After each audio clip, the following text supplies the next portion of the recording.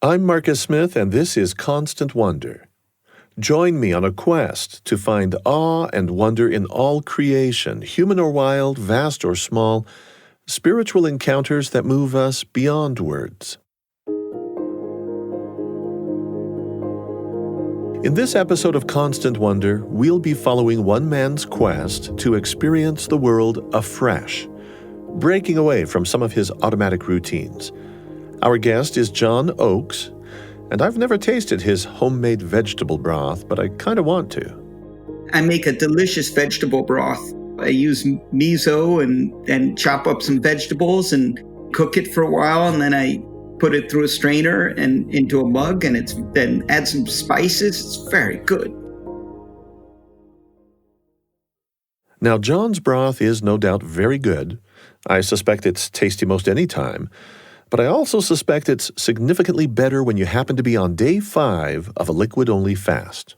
There was some real energy there in John's voice, an enthusiasm that few of us could work up solely on the basis of humble vegetable broth. Well, the 5th day of fasting, that might explain it. I think I'm feeling fine, feel a little weak. I'm a little spacey, sometimes a little bit, but hopefully you can tell by my response. I'm functional. I'm working today. I go out into the street and don't walk into the middle of traffic or anything. My spirits are good. I feel weak, but I have good energy. John isn't hung up on a practice of fasting that is unduly Spartan or heroic. No self-flagellation in any of this. Over the course of his fast, he drinks broth and tea and coffee and even coconut water, which means he is getting a few calories. I started last Sunday, woke up and I didn't eat. I had my tea. And then at some point during the week, I went out and I bought some coconut water, which, as you observe, has some natural sugars in it. This might at first seem like a contradiction in terms. But fasting for John isn't about trying to block out sensory experience. It's much rather about expanding sensitivity, intensifying experience, or in the phrase he uses, recovering novelty. Definitely, I'm going to go through Sunday morning. I might go through all day Sunday. Depends how I feel. I rebel at the notion of too many rules, and I like the idea of having that flexibility. You know, if I feel like it, maybe I'll do 8-9 days as I've done before. I'm trying to stick to the principles, you know. I did go into a coffee shop and ask about getting a chai latte or something, but I turned it down because they said it has added sugar. I hope I'm not presenting myself as an extreme ascetic or anything. I'm really not, but this is just a break from my usual routine. And as you'll see, for John, it seems to be more about mind and spirit than just body. John Oakes started fasting twice a year in the spring of 2020. He was anxious to clear his own mind of noise and clutter, contention and commotion. 2020, you may recall, was a very weird and noisy year. Since then, John and Carin have been fasting for 1 week in the spring and 1 in the fall. John never really planned to write a book about fasting, but he does happen to be a writer, and so once he got into a practice of fasting, intellectual curiosity got the better of him, which means that he did what writers do, and the result is his new book titled The Fast: The History, Science, Philosophy, and Promise of Doing Without. Now, John did not become a regular faster until he was entering his senior years. It was 2020. But the practice of fasting had been on his radar screen ever since Carin, his Swiss-born wife, introduced him to the idea. That was early on in their relationship. They were both in their 20s. Carin Kuoni is currently the Senior Director and Chief Curator of the Vera Center for Art and Politics at the New School in New York City. But she learned the practice of fasting far away from New York's ivory towers. Back in post-World War II Switzerland, it was Carin's German-born mother, for whom being careful amid scarcity was both a way of getting by and a mental or spiritual practice of what today we might call being present. I grew up in a small town near another slightly bigger town in the mountains, but not as an hermit. It wasn't just a farm. But the effects of World War II were really profound, and Switzerland, like the rest of Europe, was really quite poor. The sense of deprivation or having to really pay close attention to what is available and how you will make it last, particularly food, for instance, led us to practice what ancestors had done for generations. You dry meat and you dry fruit and you create yogurt so you can preserve the milk, etc., for much longer. So it was a very natural way of being in the world. John, you've done this 8 times now. Does it ever get easier? Does it ever get old? My memory may be tricking me, but it seems like each time I do it, it's a little easier. And the first time, I really thought I was heading into unknown, strange territory. It still is strange territory, but it's not as dramatic for me as it was the first time. It was a little less dramatic the second time. And now it's something that I sort of regard as a helpful personal exercise. Okay, let's talk about exercise. I know you meant it in a psychological, maybe in a moral sense, but fasting is also very physical, of course. For me, swimming, hiking, the first 20 minutes or so can be very difficult, painful. And then if I can get past that initial barrier, I can settle into something where, I can keep going. And I'm just wondering if there's an analogy here that works for you. I think perfectly. I run, and what you just said is exactly how I feel about running. When I begin to do it, I think, am I really going to get past, 2-3 miles? And then, for me, if I can hit 50 minutes or an hour of running, that feels good in the end. But the turning point is somewhere between 20 and 30 minutes, absolutely. And fasting, as you suggest, the first 2 or 3 days they're a little uncomfortable, though for me it's not painful. You're a little hungry. I wouldn't say I feel particularly hungry right now. Please tell me you don't run when you're fasting. Well, yesterday I went to the gym and I ran 4 miles and I felt fine. I cut it short because I didn't want to sort of collapse off the machine. I don't want to despite the fact I wrote a book about it and I'm talking with you about it, I don't want to make a fuss, but I felt fine and I'm planning on going again today and we'll see how that is. People talk sometimes about a runner's high that you get if you stick with it. Do you ever get a faster's high? So there's been quite a lot of research, but not enough research. People are just exploring what this does to our bodies. So it must affect each person differently. And in the book, I talk about Cesar Chavez, the great labor leader who said around day 4 or something, he had this incredible memory where he could repeat conversations word for word. That's never happened to me. But this time around day 4 or day 5, I did get a burst of energy. And in fact, my dear wife said just yesterday that she thought I was more energetic than usual. I'm not typically lethargic or sloth-like, but I am maybe a little more alert or feel more alert, which is different, right, than I normally am. I mean, I also think all these chemicals that go through your body when you're hit around day 3 are really interesting. We're just figuring out what they do to people. But I also can imagine that your body tricks you into thinking that you're smarter than you are. So, because I think there is this primeval system that kicks in that because it wants you to go out and hunt down that antelope and replenish the supplies. I guess that does make sense that people, if they're hunter-gatherers, and they come across a particularly lean time, they might need a burst of focus and energy to address the situation. Oh, I completely agree with that. That makes total sense. Until we got out of the hunter-gatherer stage, and even then, there are famines and disasters happen all the time. Yeah, that's absolutely right. So since you're not a hunter-gatherer, let's talk about your more modern motives. What is it you're aiming for through fasting if you see this as a helpful personal exercise? I think the motivation for any fast is self-improvement. I guess I can think of people who think they don't need self-improvement. But the truth is we can all always, and that's a wonderful quality of being human. We can consciously choose to improve and to change ourselves or to attempt to do that.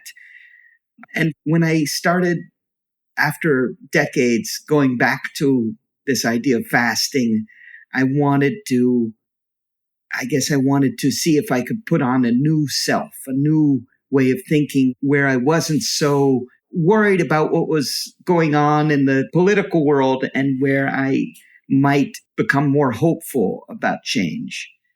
And so a fast was a good way to try and shift gears. Just call to mind how the year 2020 was incredibly discouraging for millions of people. This is when John took up the first fast of his later life, and while John did mention, just a moment ago, the political environment of that time, his fasting was not a political hunger strike. He says he was actually wanting to escape from something within. I was trying to escape this unthinkingness in my daily life. And I don't think that's even necessarily unhealthy. It's how we function. You get into your car, or you open the door and you start driving. There's this thing called automaticity, which Steve Warfield talks about so well. So I wanted to get away from that automaticity. I guess I wanted to escape that, give myself a break from that for a while.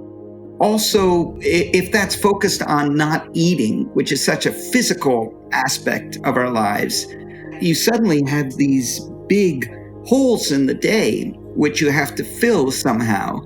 Even if I don't sit around, meditating, just not having those exercises, the purchasing of food, the preparing, the eating it, the cleaning up, all that, or going out to a restaurant, whatever, or at a party, this mindless consumption of what's put in front of you, that it has you thinking about the space I take up on this earth and how I interact with it. That's a sort of a fuzzy answer, but I think I also don't want to come to a conclusion about that. And I'm comfortable with not coming to a conclusion, just sort of contemplating it. It helps me remember that I'm a small organism on a big planet in a vast universe. I think that's the kind of thing I acquire in escaping this other stuff. John's point here is very interesting. Not eating does much more than just empty your stomach. It radically declutters your day, putting more time at your disposal. Imagine all the effort and focus no longer given over to the tasks of alimentation, basic things like shopping, preparing the food, washing the dishes. You could think of all of these activities as canceled appointments. With all of those routine tasks off the table, gone, just like the food, our minds might have opportunity to venture into contemplation of other important things, our broader context, our presence in the world, our being present to the world, and the fact that we dwell in a vast cosmos. We're going to hear next more from Carin about her childhood in a poor Swiss village, where she learned from her mother the art of going hungry and the best techniques for breaking that fast. I've got another podcast to recommend to you from the BYU Radio family of podcasts. It's called The Appleseed. Each episode features master storytellers sharing all kinds of stories for you and your family, folk tales, fairy tales, personal and family tales. It's ideal for road trips, bedtime, or any time you're looking for something that the whole family can enjoy together. And here's a great side effect of listening to The Appleseed. It has a nearly magical ability to conjure up a whole lot of healthy storytelling right at home, and it often prompts the sharing of precious memories as well. Be sure to catch The Appleseed wherever you get your podcasts. We now return to Constant Wonder. I noted earlier that for Carin's family in post-World War II Switzerland, fasting was less a form of escape than a quiet way of embracing a world of limits, where having enough never quite amounted to having plenty. For Carin, fasting also represented a sort of secret club, shared with her sisters and her mom. My mother is from Germany, and so she moved to Switzerland as a young woman and met my father, who was Swiss. And it was her who introduced the idea of fasting and let's try it. And I think it was at the time more popular in Germany than in Switzerland. And for me, it was very much also a way of connecting with my mother and my sister. There is also a father and a brother, but it was the three women, the three of us, doing this together, and not as a contrarian gesture, but as something that was just ours, and we didn't necessarily share it, neither with the Swiss in the Swiss village nor with the men in the family. Now, John, was this something Carin sprung on you that you had no idea was coming? How did she break the news that this is what I've done in the past, and hey, you might want to join me? I'm certain that when I first heard about it, I was shocked, because in the 60s and 70s, you really didn't hear about anyone who wasn't sort of a desert hermit going on a fast of more than a couple of days. It never crossed my mind that I could go as long as a week without eating. And it seemed to me a really dramatic thing. Well, I think it was very early on, and Carin said that she was planning to do it. And I thought, well, if she's going to do it, I think I can do this. I grew up in the city, and she grew up in the mountains and spent summers harvesting wheat and that kind of thing. And, the real farming community, the family were all mountain people. And you bet there was this idea that if she's going to do it, I can do it too. Carin's mom fasted by the book, which is to say she literally had a book on fasting.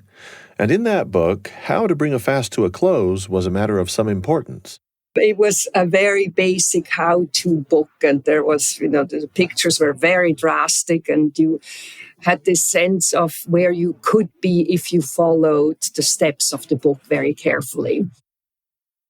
But I remember we made a commitment, for several days. To this day, I tell John that we must, the moment we start a fast, or preferably beforehand, we have to buy some dried fruit, some prunes, to make sure that when we come out of the fast, we have the right food that will allow us to ease into regular consumption again. So it was reading this book together. It was buying the dried prunes in our case, and then just my mother and my sister and I kind of really continuing our lives for a few more days normally without eating.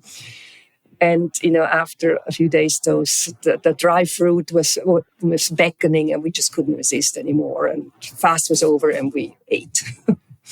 So I'm imagining this, and I'm thinking, yes, if you're doing it by the book, maybe it's specified, have the dried fruits and the prunes ready. But what did you do as a group together that was your own improvisation on the theme? Did you take walks? Were you quiet? What did you do? Life as it does now, when I go on a fast, or when we go on a fast, it really continues. So we went to school, we had our play dates, I had swim lessons or something. So there was no difference, except possibly at that very young and very naive age, a sense of, I can show the world that I can do better, kind of slightly outsmarting everyone else. You didn't tell your schoolmates that you were doing it, though, did you? Yes, we did. No, absolutely. We did. You did? Yeah, we did. And So then with the same sense of defiance, we also cooked, for my father and my brother. And it was really, at the time, was very much a traditional household. My mother was cooking, but, we sat at the table, and the two men were eating, and we just felt incredibly virtuous to sit there quietly and observe them chew their Swiss sausages. I know that feeling, to feel particularly virtuous. Yes, it's lovely, isn't it, at any age? So just to be clear here, as Yeah. you as a young person, you did have broth, clear liquids, that sort of thing? Yes, we also had a lovely garden. So, yes, we did have broth. And, I didn't drill my mother on whether she had added a few drops of oil or something, but it was just broth, really, and probably twice a day. Beyond feeling virtuous, did you get anything out of this fasting when you were a child? Did it change how you saw the world, how you felt in it? I mean, it was strange in many different ways because we had read the book, we had prepared, the cupboard was filled with dried fruits, but it wasn't so earth-shattering and so spectacular as we might have expected it to be. Because again, we were able to continue with our daily activities more or less unfazed or unaffected. But of course, that lack of spectacular change also allowed us to really focus on what was actually changing. And those were things like sounds and movements and simply paying so much more attention to the world around you.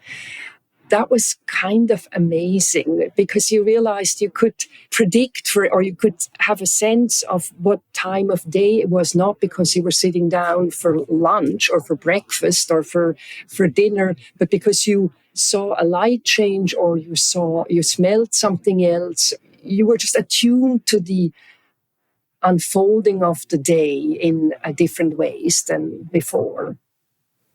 And So that your really hasn't presence, changed much. you're saying that your presence in the world took on a new quality altogether. Yes. And thinking about our conversation, I was wondering how I would define what the experience of fasting is. And I think it really is all about a reassessment of the relationships with the environment around you. So there is, of course, the people around you. And there have been moments when John went on a fast and I didn't. And to observe him going through this experience that I remembered, that I could anticipate, that I had a memory of, but couldn't join for whatever reason. I decided not to join it. That changed my relationship, for instance, to John. I mean, temporarily, of course. And a relationship to time, to the sensuous stimuli that are so much part of our lives that we barely notice in a regular life. All of that can be reassessed and re-experienced in ways that you're not often able to do. During one of John and Carin's recent fasts, their altered state of being in the world, perceiving things sharply and freshly, became acute. And as that happened, something leapt out at them about our world, some quality, in the form of a simple lemon. Coming home to our apartment in this setting where there was no evidence of food because we hadn't cooked in a while and we usually have piles of fruit lying around. There was, however, one lemon left. And I think we just neglected to either squeeze it before the fast began or we neglected to put it in the fridge.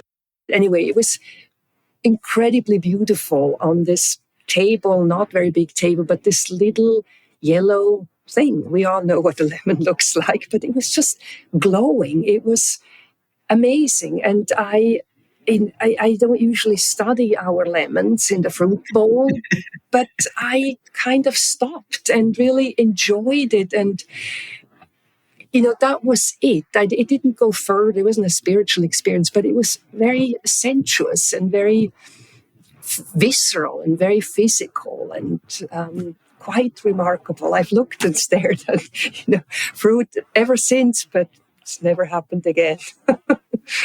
So, John, do you remember that lemon? I sure do. I remember the perfume that came off the lemon. And in fact, all sorts of smells seem to waft through the atmosphere much more powerfully when you're fasting, when really about day 3 or 4, you start.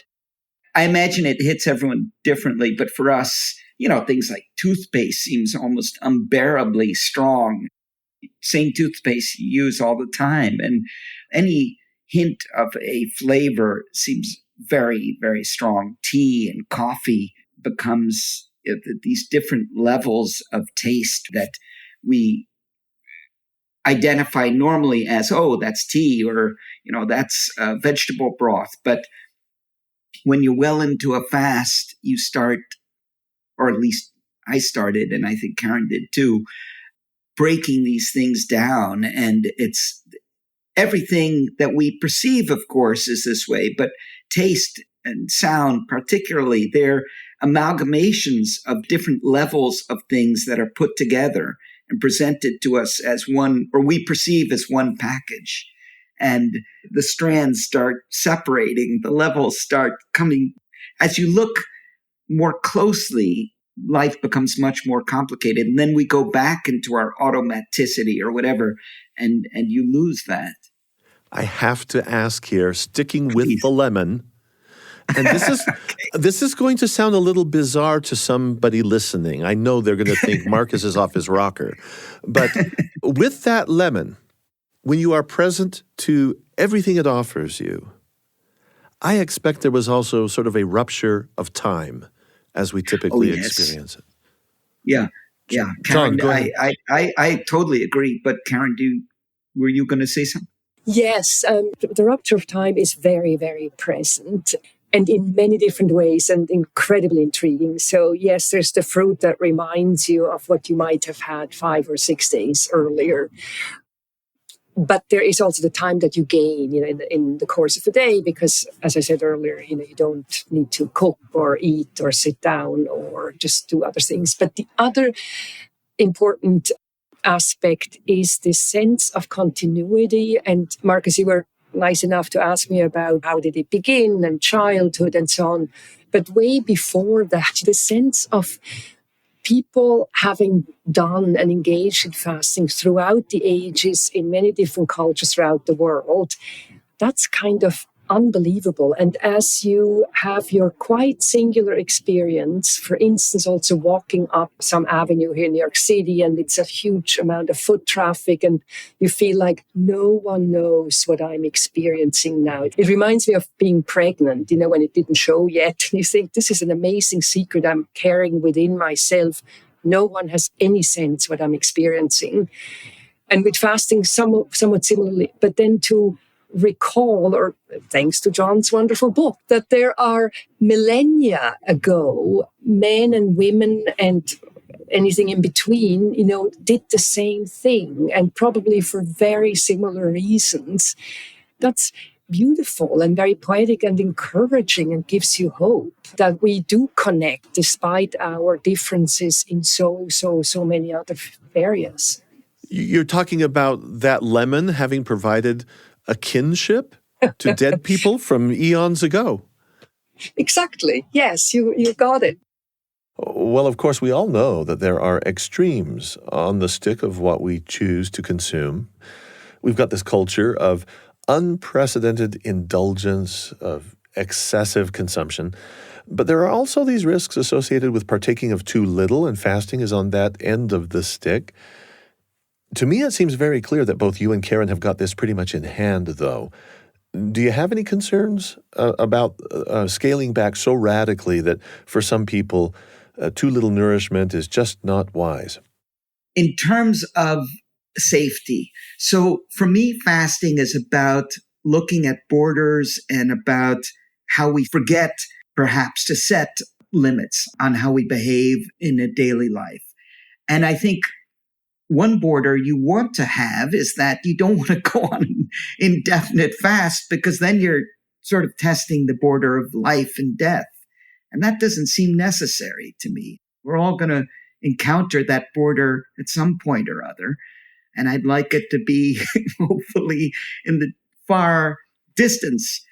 So I think it's not something to play around with in that sense. And that also to me makes it interesting that it is a serious thing that you're doing.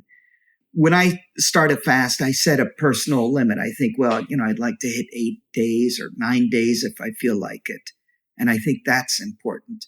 There's also this thing known as refeeding syndrome, where if you come out of a long fast and you suddenly gobble down a lot of stuff, your body can just be overwhelmed and you can end up in the hospital or worse. So you have to be sensible about it and take it easy. But at least in my experience, when I've ended a long fast, I don't feel starving. I think a large part of it is the psychological sense that there's a bowl of cereal. I'm going to be okay. On the other hand, as we've seen in the news lately, people have starvation forced on them. And maybe by fasting standards, they can survive, but they don't know when they're next going to see food. After even just a few days, people start to get frantic because they don't know if they'll ever get food. So that's a very different process. My hunch is that your style of intentional fasting will never really go mainstream. I just don't see very many John Oakeses about to spring up in this world. And this is in spite of the current trend of what is called intermittent fasting, but that's something very different from what you do. Well, Marcus, I think people, as long as we retain our humanity, people are going to always want a kind of spiritual break from what they experience and consume, what's presented to them, what they can get, what they can't get. And fasting is a very personal and direct and powerful way to do that, to take measure of who you are and your place in the universe. There are a lot of health benefits to it too, and those are increasingly being documented. But I guess I don't see us going back to this idea of fasting where you have a president. I can't imagine any political leader, anyone calling for a national fast day. So I guess that's part of the beauty of it. As Carin said earlier, when you're on a fast and you're walking around, you have a secret within yourself. And you might choose to share that with someone or more probably not. And that's a powerful thing. We're visiting with John Oakes and his wife, Carin Kuoni. Carin is the Senior Director and Chief Curator of the Vera List Center for Art and Politics at the New School in New York City. And John is author of The Fast, The History, Science, Philosophy, and Promise of Doing Without. John and Carin's perspectives on fasting are intensely personal, as we've seen, and we've focused our conversation on this, the meditative, restorative, and quietly disruptive role that fasting plays in their private lives. But given his curiosity as a scholar and a writer, John has delved into the topic just about as far as a person can go. His research has probed far and wide to discover this promise of fasting across the globe and throughout time. The whole point is to find out how fasting, not only as a practice, but as an idea, has come down to us. John's book is a highly engaging compendium. It begins in human prehistory, touches on ancient practices, Greek, biblical, ancient Indian. He takes the reader to medieval and modern Europe, telling stories of some hardcore ascetics, hermits, some famous female fasters, even a good number of fraudsters. And he touches on fasting used as a political weapon. I'm talking about hunger strikes there. These go clear back to antiquity, which surprised me. He also addresses one of the big elephants in the room, there are many, the tragedy and challenge of eating disorders. Now, in his wide-ranging exploration, John also took a personal detour into a form of fasting that has nothing to do with food. In a few moments, we'll have John tell about visiting what is arguably the quietest place on earth.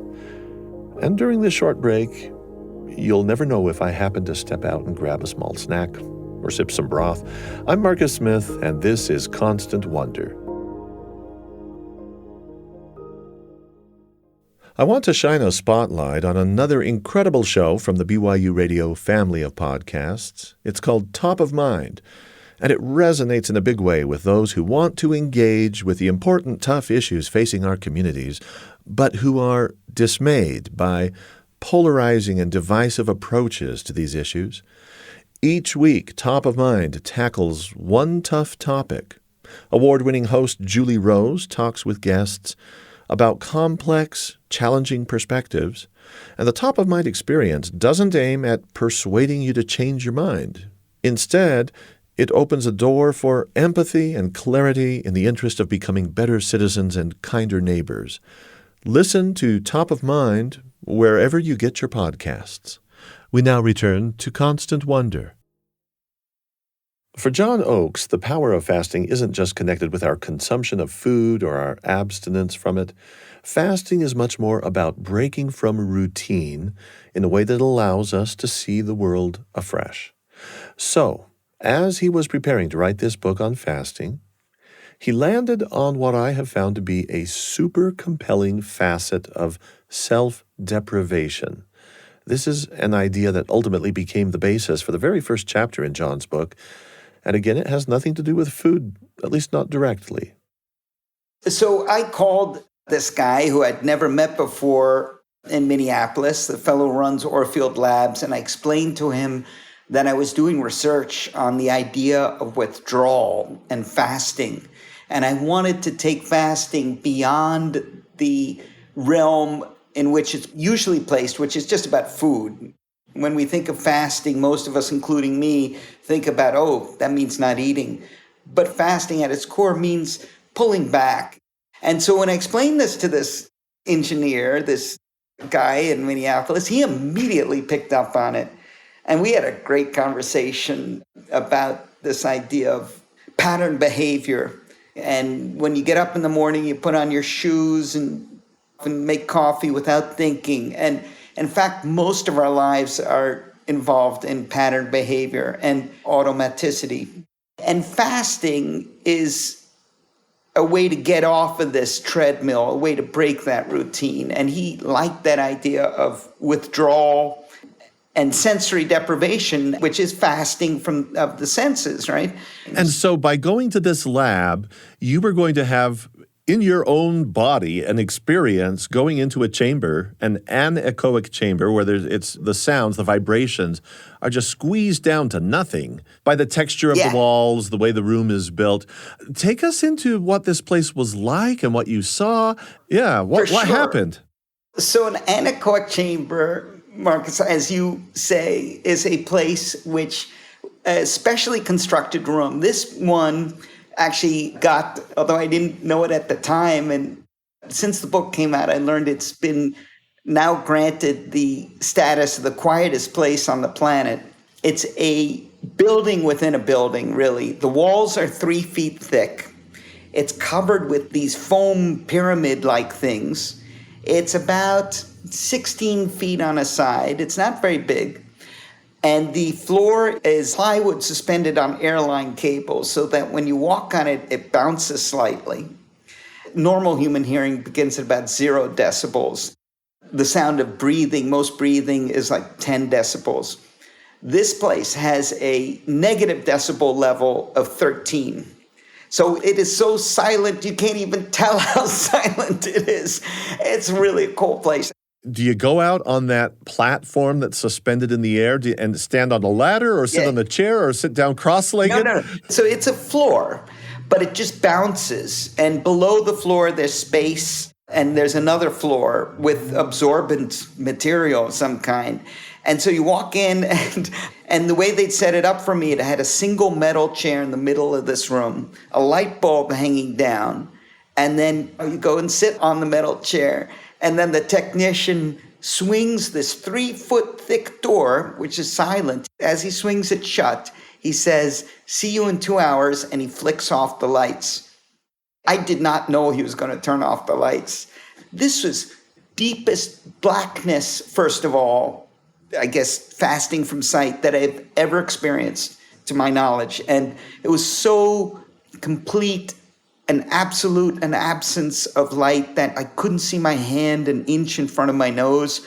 You couldn't tell the difference between eyes open and eyes closed. It was really amazing. And then the sound, really, I felt it. By the way, I know, before you say it, that was imaginary because, of course, you can't feel it. But I felt like there was an increase in pressure on me. I felt as though I was blanketed in silence. And it was a deeply weird experience. And the only sound in that room was what I was doing, my breathing. And I made faces sitting there alone in the dark like a madman. And I could hear the crinkle of my skin. I could hear my eyelids opening and closing. Were they kind enough to provide you with a panic button to get out of there? No, the guy just closed the door. I did think that I was going to panic. And I was trying to memorize the distance between the chair and the door so that when I totally lost it, I could stumble to the door. As it turned out, at first I was uncomfortable, but not afraid, really. And then after a while, you sort of feel like you're swimming in this ultimate blackness, this absence of everything. And it's a wonderful feeling. And in fact, I lowered myself to the floor, sit alone in this dark, black room, and sort of waved my arms as though just to sort of experience it. And I thought like 20 minutes had gone by at most, really 10, 15 minutes when they opened the door and they said, 2 hours are up. Are you okay? Maybe they thought they'd find me in a corner gibbering to myself, but I was sorry it was over. And I was told that most people, when they come out of one of these things, feel the same way. They feel the sense of serenity and calm. It was wonderful. It was a refresher. You're left what, with a blank slate? Is it nothing other than the sound of your breathing and your crackling skin if you make a face? I mean, I don't know how you settle into nothingness.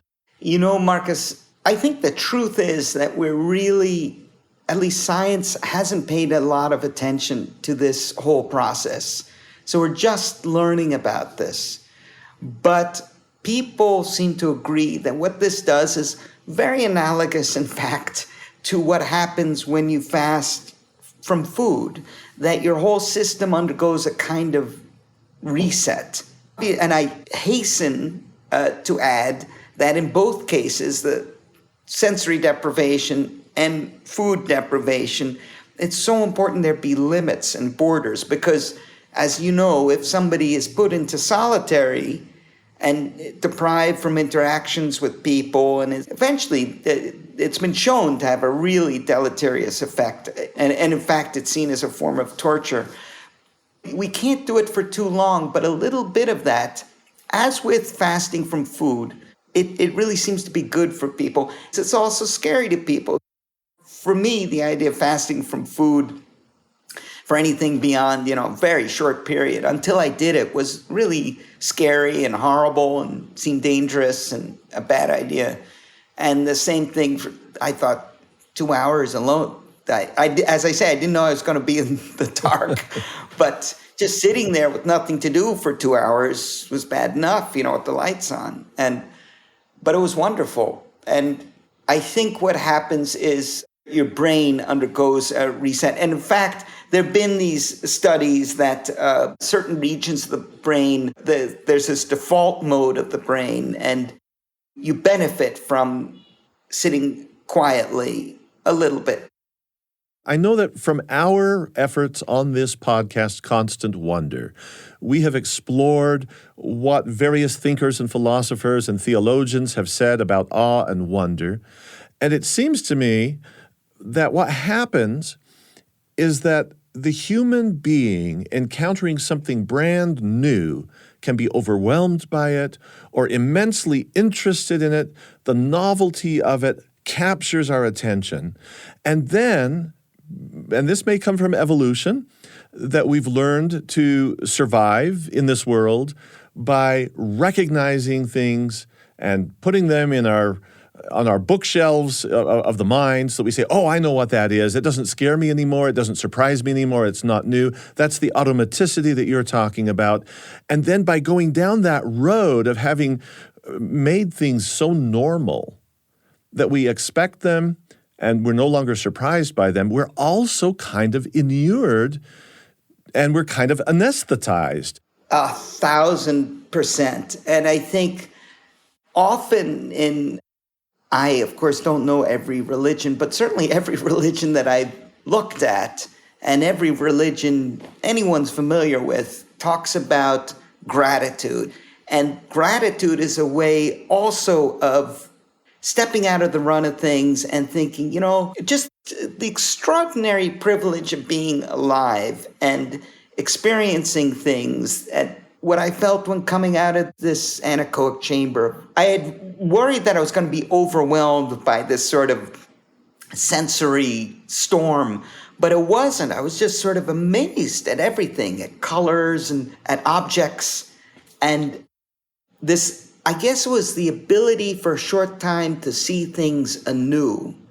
And that also is a kind of somehow related to gratitude, this idea of reperceiving things.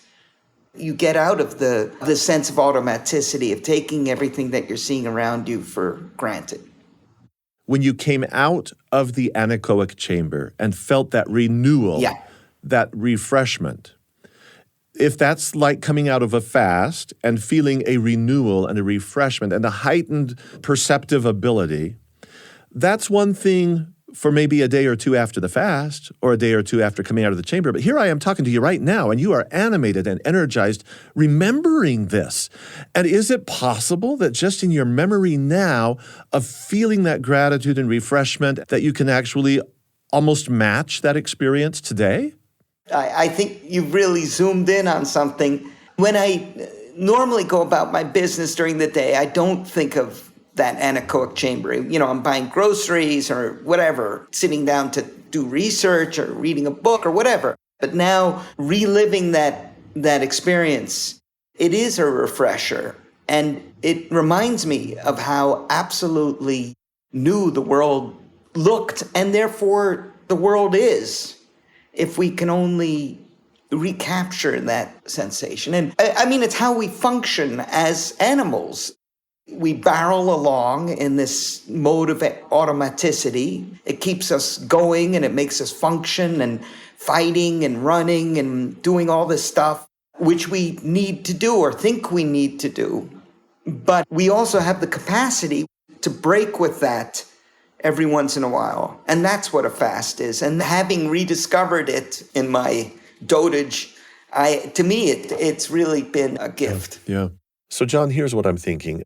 We all lean on memory in order to hang on to the value, the benefit that we receive from something like a powerful reset that you're talking about. But a powerful, epic-sized reset, that just might not be the end-all and be-all of fasting, I think. Is there a potential in your mind for micro resets, I'll call them? Do our reset experiences really have to be huge? I don't see why. To me, what's most important about the whole process, it's not whether you can fast for 1 day or 10 days or you do it regularly, I think what's most important about it is taking away the concept. It reminds me of a story I heard about the great writer John Updike.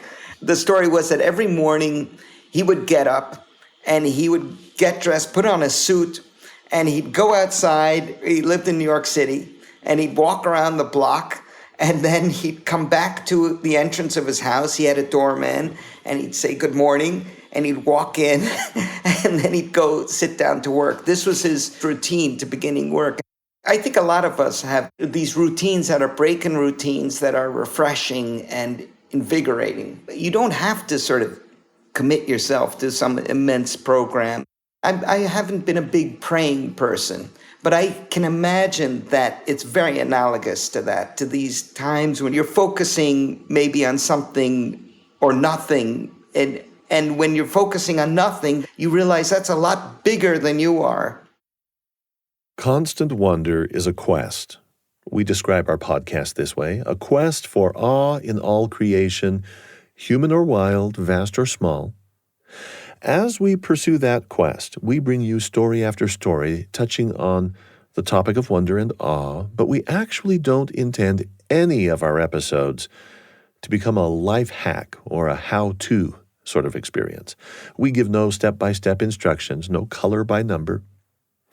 As I visited with John Oakes, I was struck with his deep reluctance to tell us what to do. He adamantly declined to be a model to emulate. I think he's mainly a deep thinker, an experiencer who wants a piece of the quest. And along the way, he's happy to stop to talk about an aspect of it that he knows well. It's called fasting. Moments ago, he expressed how fasting can leave you feeling very small. In our world of overkill and maxing out, bucket lists, filling those buckets to the brim, accelerating consumption, and every imaginable kind of excessive indulgence, John values the opposite, stilling oneself by emptying, removing, restraining, declining. These things lead to a sense of smallness, which can lead to humility. And John also linked this all with gratitude. A passage in his book reads, "Fasting can be a tool to help us contemplate our situation. It is precisely because an embrace of emptiness is going against our nature that so many of us are tempted to do just that. There is no better way to explore the power of one's mind than to deny the body's imperative." And here's what I think. I think that if anything might prime us to experience awe and wonder, the practice of stopping, refraining, emptying, and quieting both mind and body might actually be a significant how-to. Our guests have been John Oakes with his wife Carin Kuoni. Carin is the Senior Director and Chief Curator of the Vera List Center for Art and Politics at the New School in New York City. And John is author of The Fast, The History, Science, Philosophy, and Promise of Doing Without. This episode was produced by Audrey Hughes and Eric Schultzke, with sound designed by Josh Fouts. Please look for us wherever you get your podcasts, and if you enjoy what you hear, go to Spotify or Apple Podcasts and give us a 5-star review. I'm Marcus Smith. Constant Wonder is a production of BYU Radio.